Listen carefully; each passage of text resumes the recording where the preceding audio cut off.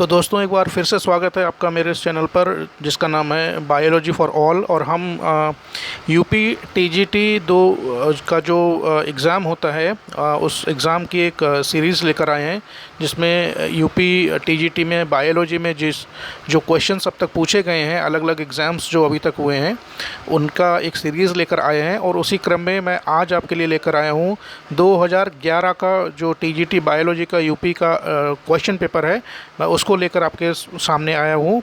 और इस question paper में भी 125 क्वेश्चंस दिए गए हैं और इसकी जो समय अवधि है वो है 2 घंटे की। तो चलिए शुरू करते हैं इस क्वेश्चन पेपर को।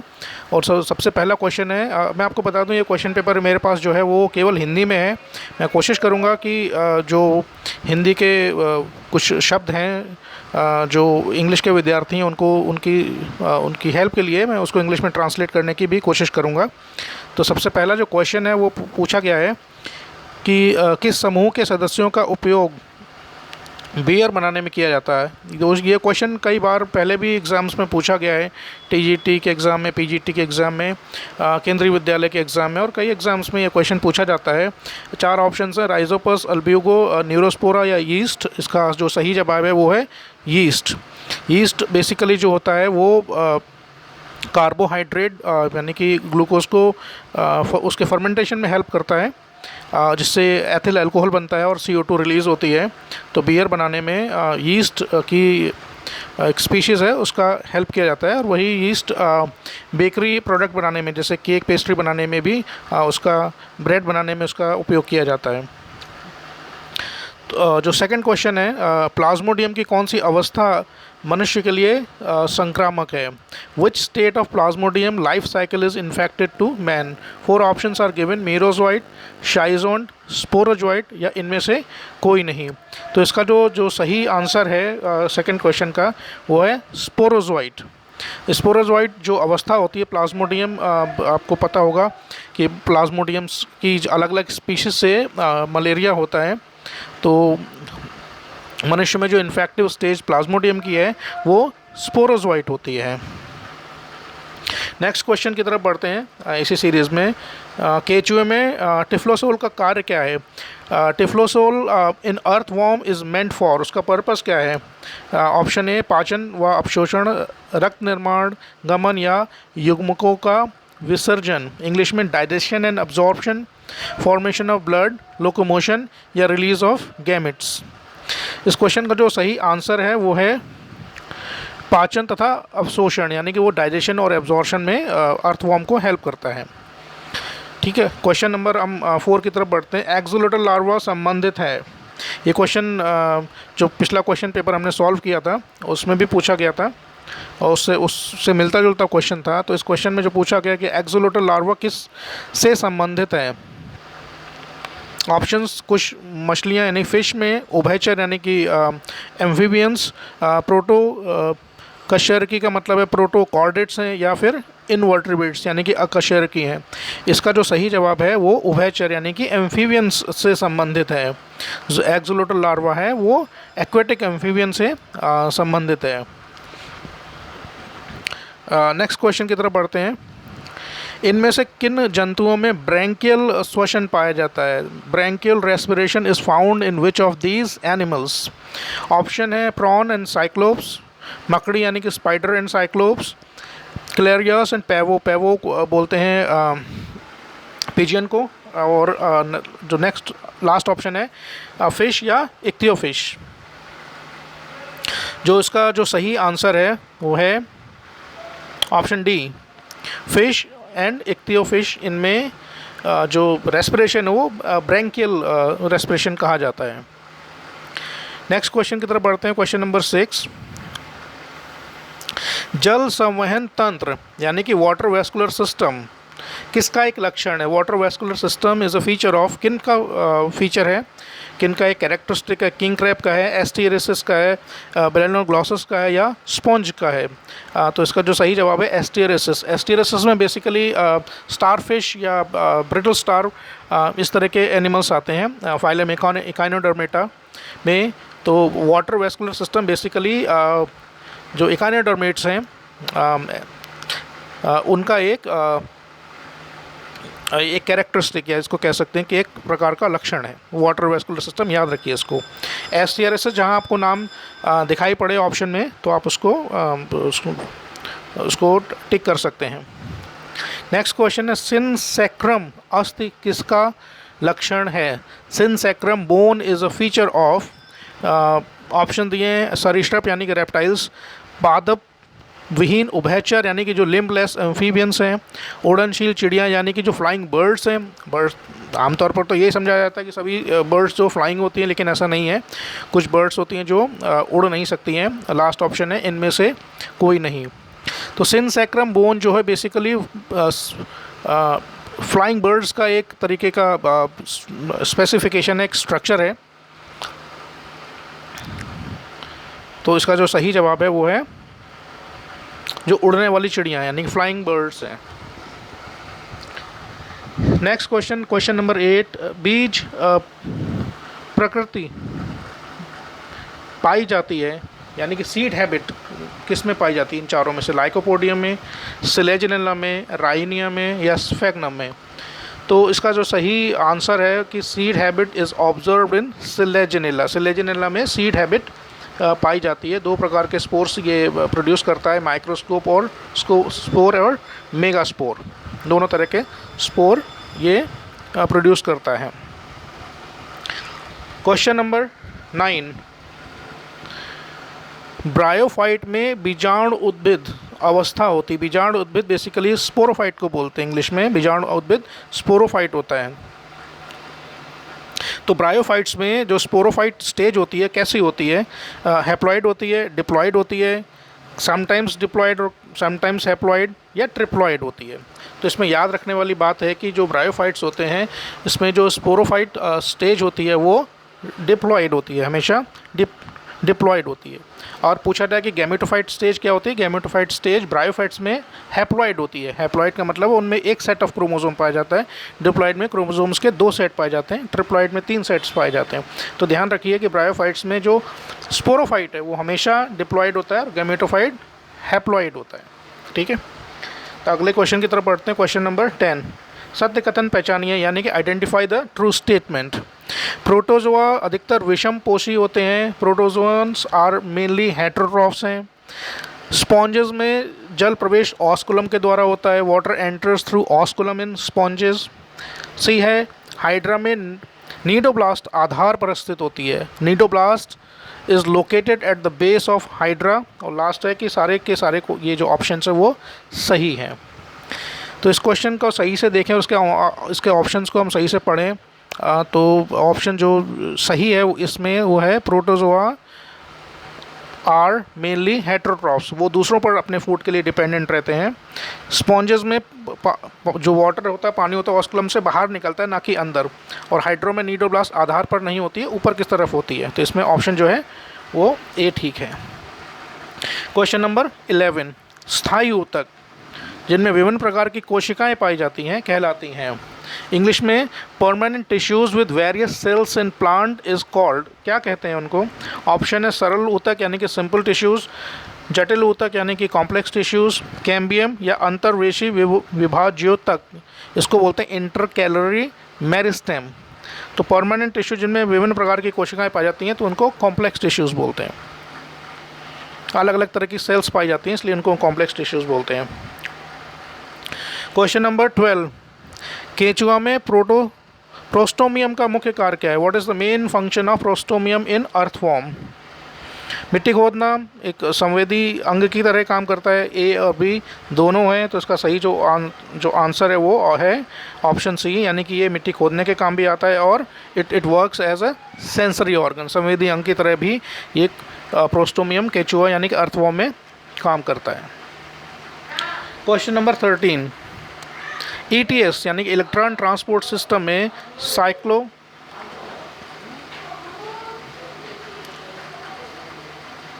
का सही क्रम क्या है? साइक्लोक्रोम नहीं है, साइटोक्रोम होना चाहिए यहाँ पर। साइटोक्रोम का सही क्रम क्या है? A, B, C, D 4 option दिए गए हैं, तो इनको मैं इसका डायरेक्ट आपको आंसर बता देते हैं, उसको आप याद कर लीजिए। इसका जो सही ऑप्शन है वो ऑप्शन C। सही जो क्रम है वो है B, C1, C, A और A3। Question number 13 option C correct है। क्वेश्चन नंबर 14, कोशिका में पेप्टाइड संश्लेषण क्या होता है? पेप्टाइड संश्लेषण बेसिकली प्रोटीन सिंथेसिस को बोलते हैं, यानी प्रोटीन बनने को पेप्टाइड संश्लेषण बोलते हैं, क्योंकि प्रोटीन में जो जो बॉन्ड होता है, जो अमीनो एसिड्स के बीच में बॉन्ड होता है, उसको पेप्टाइड बॉन्ड बोलते हैं। तो इसलिए प्रोटीन की चेन को पॉलीपेप्टाइड चेन भी बोलते हैं।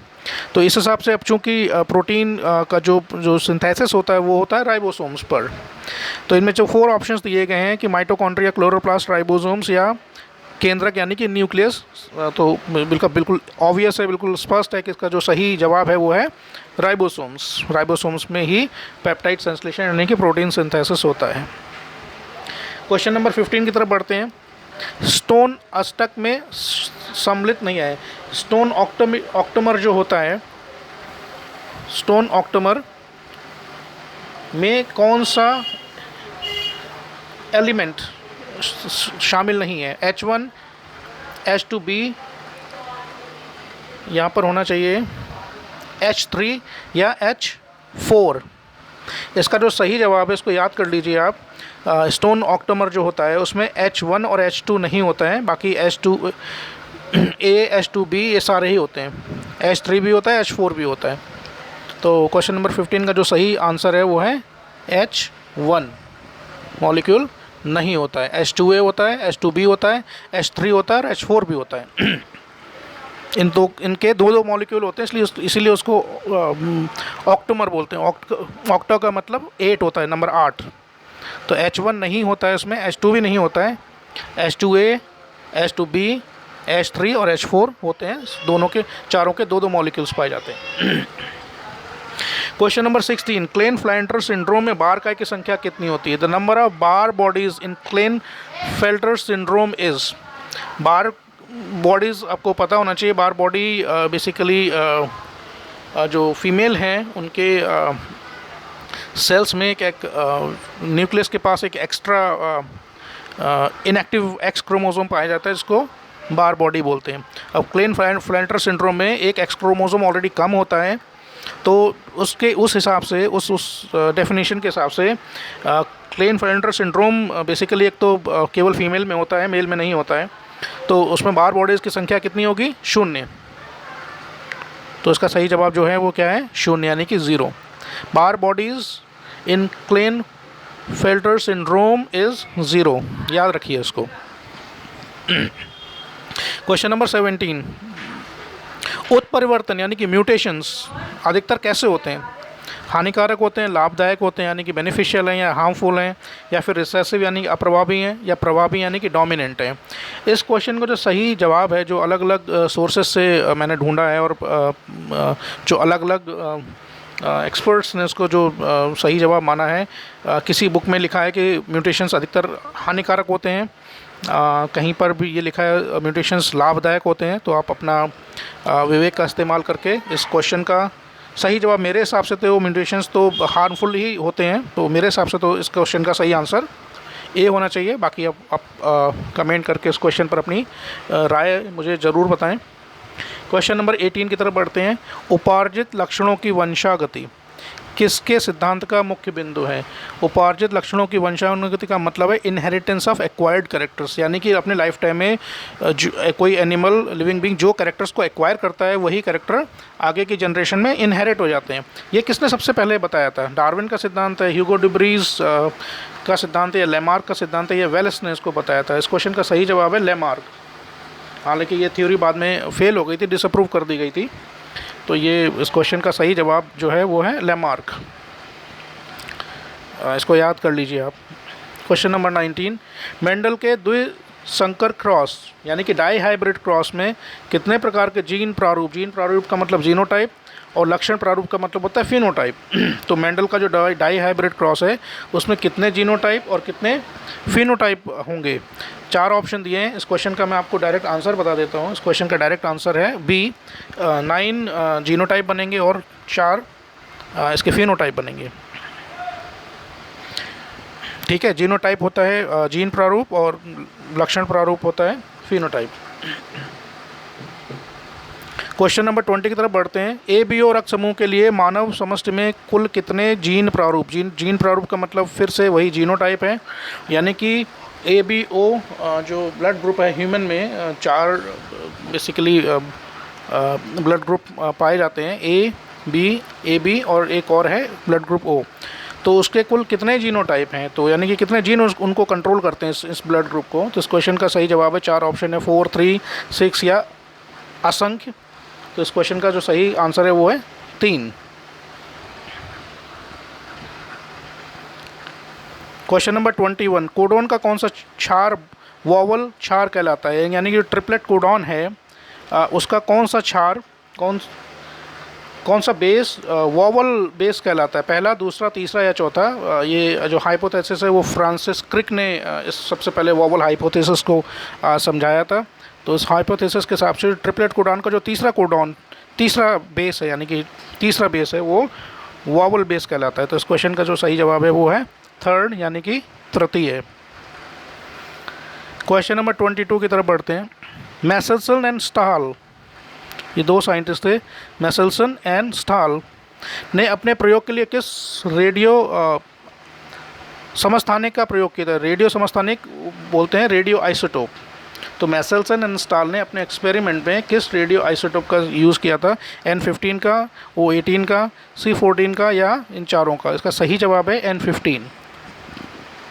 जो नाइट्रोजन का जो रेडियो आइसोटोप है जो उन्होंने यूज़ किया था अपने एक्सपेरिमेंट में, ये सिद्ध करने के लिए कि DNA जेनेटिक मटेरियल है या प्रोटीन जेनेटिक मटेरियल है, तो उसमें जो उन्होंने एलिमेंट इस्तेमाल किया था रेडियो आइसोटोप, वो N15 था। क्वेश्चन का सही जवाब है A। क्वेश्चन नंबर 23 की तरफ बढ़ते हैं। यदि किसी RNA में 15% एडेनिन है तो साइटोसिन की मात्रा कितनी होगी। देखिए एक रूल था, आपने पढ़ा होगा, शेरगेफ रूल एक था। तो शेरगेफ रूल के हिसाब से कि A is equal to T and G is equal to C, यानी कि जितना प्यूरिन है उतना ही पायरामिडीन होगा। ठीक है, तो अब इस क्वेश्चन को इसको हल कीजिए कि अगर A 15% है, अब एक चूँकि कंबाइन करता है यूरेसिल से, अब प्यूरिन और पायरेनिन बराबर मात्रा में होते हैं, तो अगर A 15% है तो यूरेसिल यानी U 15% होगा। ठीक है, तो बचा कितना 100 में से 15 30 माइनस कर दी, 70% बचा। साइटोसिन ग्वानिन से पेयरिंग करता है, तो साइटोसिन कितना होगा कि जो कि 70 में से जितना साइटोसिन है उतना ही ग्वानिन भी होना चाहिए। तो इसका उस कैलकुलेशन के हिसाब से साइटोसिन कितना होना चाहिए, 35%, 70% का आधा। ठीक है, तो इस क्वेश्चन का सही जवाब क्या है, 35%। तो अगर 15% एडेनिन है तो इसका मतलब 15% यूरेसिल हो गया। साइटोसिन कितना होगा 15%, ग्वानिन कितना होगा 35%, तो टोटल करो कितना हो गया 100%। क्वेश्चन नंबर 24, पौधों का मृदाविहीन संवर्धन कहलाता है, यानी मृदाविहीन संवर्धन मतलब soilless culture of plant is called, क्या कहते हैं, हॉर्टिकल्चर, पोमोकल्चर, हाइड्रोपोनिक्स या एक्वाकल्चर। इस क्वेश्चन का बिल्कुल सीधा और स्पष्ट सीधा सा जवाब है हाइड्रोपोनिक्स। इस टेक्निक को कहा जाता है जहाँ पर प्लांट्स को मिट्टी के बिना पानी में जो एसेंशियल एलिमेंट्स होते हैं उनको प्रोवाइड किए जाते हैं, और मिट्टी नहीं होती है उसमें, एक स्पेशल ऑपरेटर्स में उन प्लांट्स को संवर्धन किया जाता है, यानी कि उगाया जाता है मिट्टी के बिना। हाइड्रोपोनिक्स सही जवाब है। क्वेश्चन नंबर 25, क्रिएटिन फॉस्फेट मिलता है। क्रिएटिन फॉस्फेट कहाँ पाया जाता है भाई, एपिथेलियल टिश्यूज़ में पाया जाता है, न्यूरल टिश्यूज़ में पाया जाता है, पेशी ऊतक यानी कि मस्कुलर टिश्यूज़ में पाया जाता है, अस्थि मज्जा मतलब बोन मैरो में पाया जाता है। जो क्रिएटिन फॉस्फेट है वो पाया जाता है बेसिकली मस्कुलर टिश्यूज़ में। क्रिएटिन फॉस्फेट पाया जाता है मस्कुलर टिश्यूज़ में। क्वेश्चन नंबर 26, 1 लीटर रक्त के द्वारा कितनी ऑक्सीजन ऊतकों तक पहुंचाई जाती है, यानी कि 1 लीटर ब्लड हमारा है कितनी ऑक्सीजन को ले जाकर टिश्यूज़ जो होते हैं, जो बेसिकली सेल्स तक, उनको पहुंचाने का काम करता है 1 लीटर।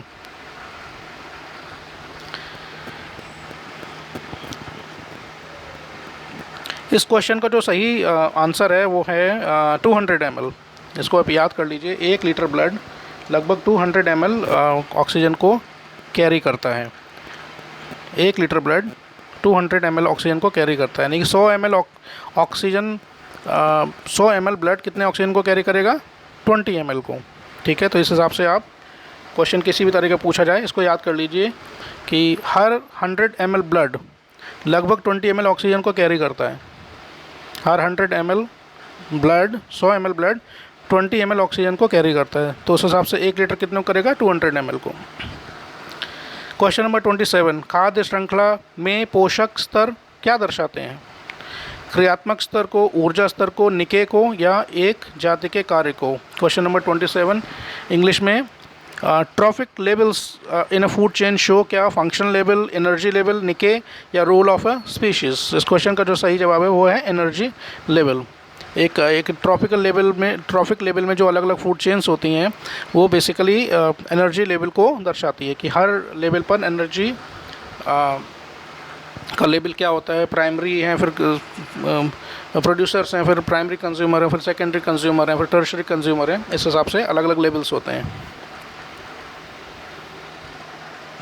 क्वेश्चन नंबर 28, ग्लोसिना पैल्पेलिस किस जंतु का वैज्ञानिक नाम है? ग्लोसिना पैल्पेलिस किसका जूलॉजिकल नेम है? सीसी फ्लाई, टी इसमें साइलेंट है, टीसी हिंदी में लिखा है लेकिन इंग्लिश में टीएसई लिखा जाता है, इसको सीसी फ्लाई पढ़ते हैं। सीसी फ्लाई, फल मक्खी यानी कि फ्रूट फ्लाई, सैंड फ्लाई, या फिर मे फ्लाई। इस क्वेश्चन का जो सही आंसर है इसको याद कीजिए, ग्लोसिना पैल्पेलिस सीसी फ्लाई जो है उसका जूलॉजिकल नेम है। सीसी फ्लाई से जो बीमारी होती है उसको बोलते हैं स्लीपिंग सिकनेस। इस ग्लोसिना पैल्पेलिस सीसी फ्लाई एक तरीके के वेक्टर को कैरी करती है, उसका नाम है ट्रिपनोसोमा गैम्बियंस, और जिसकी वजह से एक बीमारी होती है उसको बोलते हैं स्लीपिंग सिकनेस, निंद्रा रोग। क्वेश्चन नंबर 29, पिक्नोजाइलिक कास्ट पाई जाती है। पिक्नोजाइलिक वुड जो होती है किन में पाई जाती है? क्वेश्चन ये पहले भी पूछा गया है। ऑप्शन है साइकस, पाइनस, बरगद यानी कि बैनियन ट्री, या शोरिया रोबस्टा। इस क्वेश्चन का सही जवाब है पाइनस। पिक्नोजाइलिक कास्ट पाइनस में पाई जाती है, तो पी और पी से याद रखिए, पी से पिक्नोजाइलिक और पी से पाइनस इसका सही जवाब है।